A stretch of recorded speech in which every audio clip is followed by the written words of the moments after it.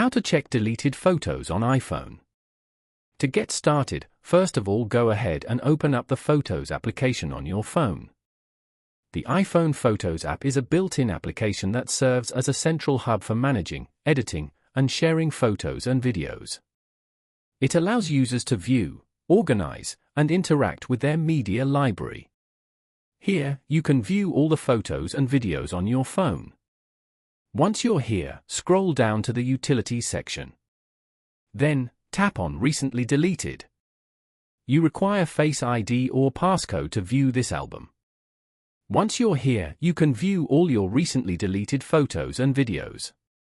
Open any photo from here. Then, tap on the delete icon below if you want to permanently delete it. If you want to recover it instead, then tap on the recover icon.